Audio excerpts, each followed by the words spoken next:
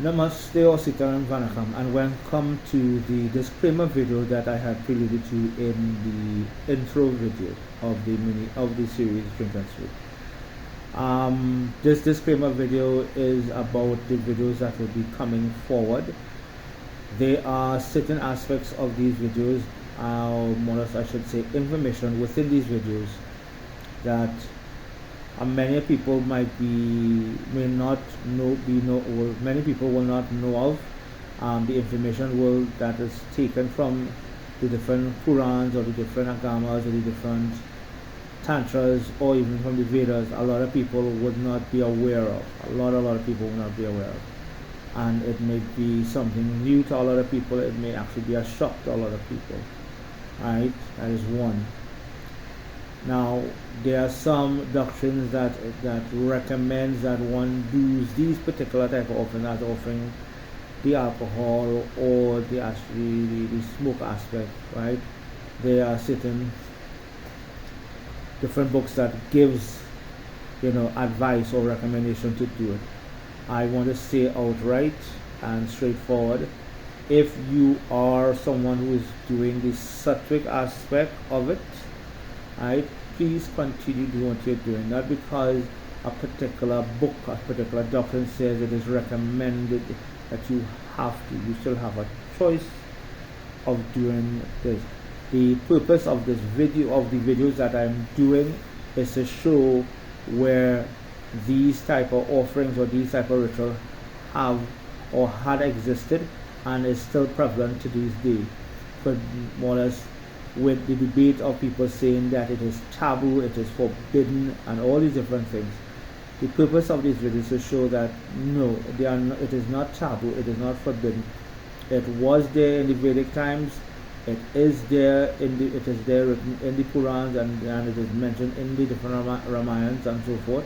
There are Vedic rituals about it, and it is done today via more or less people's family tradition. It is done via Kulav aspect of worship or Ram Devta worship, so forth. It is done, and you will find that when you look into the Madrasi aspect of worship, so it is there. So the purpose of the videos that I'm doing is to show that it does exist, and it was there since the days of Vedic time, right, coming up. Right, and where it was mentioned, with what aspect of what was mentioned, and so forth. That is the purpose of these particular videos. Many people have asked the aspect of, where does it say that we offer Puncheon or Broadway, right? So within these videos, I will show where we got to the point of what was offered or what was mentioned in different aspects or different timelines in India, and now fast forward to where we offer what we are and how they are connected, right? How we offer the Broadway, how we offer the Puncheon, how those particular items came into being to be offered, right? What was offered in India, right? And how we translated it to the point of what we are offering here, right?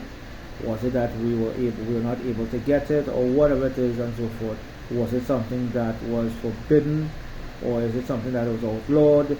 Was it something that became illegal?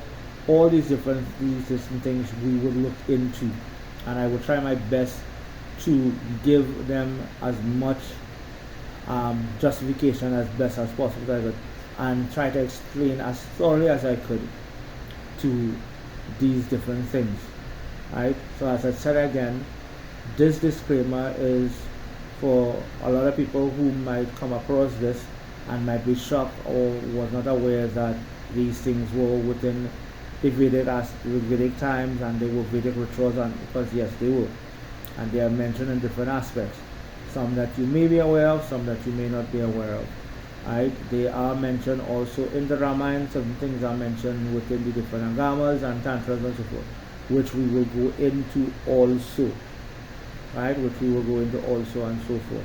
And then we will go to where we enter that aspect of where folklore, folk acts, and folk songs are concerned, to where we have more details of how these things came into being, and how it was done. But as I said, not because these doctrines that I may share with you does state to offer and it is recommended, does not mean that someone who is sattvic can change and should go run into it to do it because why? These religious doctrines state it. No, you still have a choice. If you're accustomed doing the sattvic aspect of it, continue doing what you are doing. There are certain elements that I would omit because there are certain people who cannot handle certain amount of truths. There are certain parts where rituals are concerned, I would omit also because there are a lot of people that love to experiment with these particular rituals, and and they may do it perfectly or they may make a mistake and it may cause a problem. So in case of that particular aspect, I would not share the rituals of it. I would just mention where it was stated, right, and what type of aspect of worship. If anyone chooses to research the rituals with, that is on you.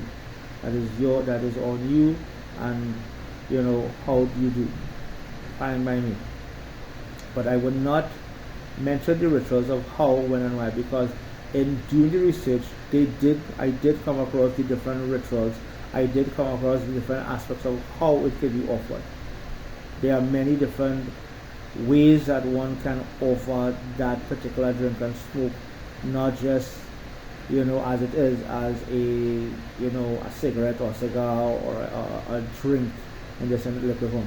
There are different ways to offer it, whatever, right? And there are different rituals where it can be offered. Also. It's part of different rituals and so forth. It's just not one main ritual. There are different rituals, whatever.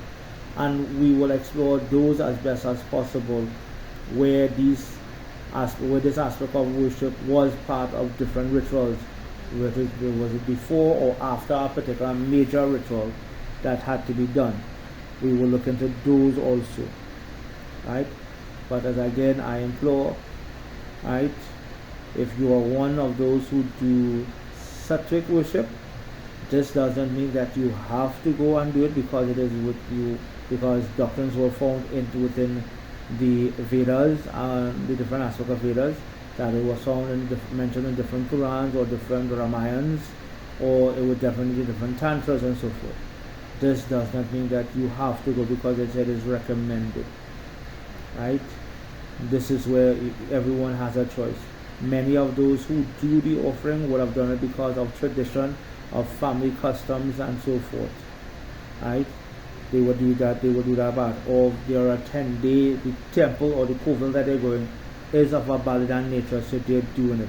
If you are of sattvic nature, your lineage, your blood and your family and the temple that you go to is sattvic nature, and you have been offering no tamasic items like that, then please continue.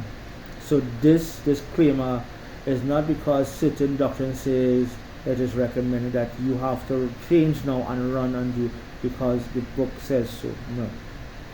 These videos were just to show for those who are trying to debunk it, for those who said it was taboo and it was forbidden to be done.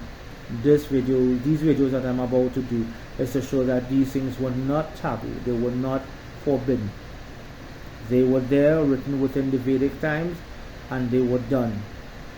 And this is where we explore how, when, and why.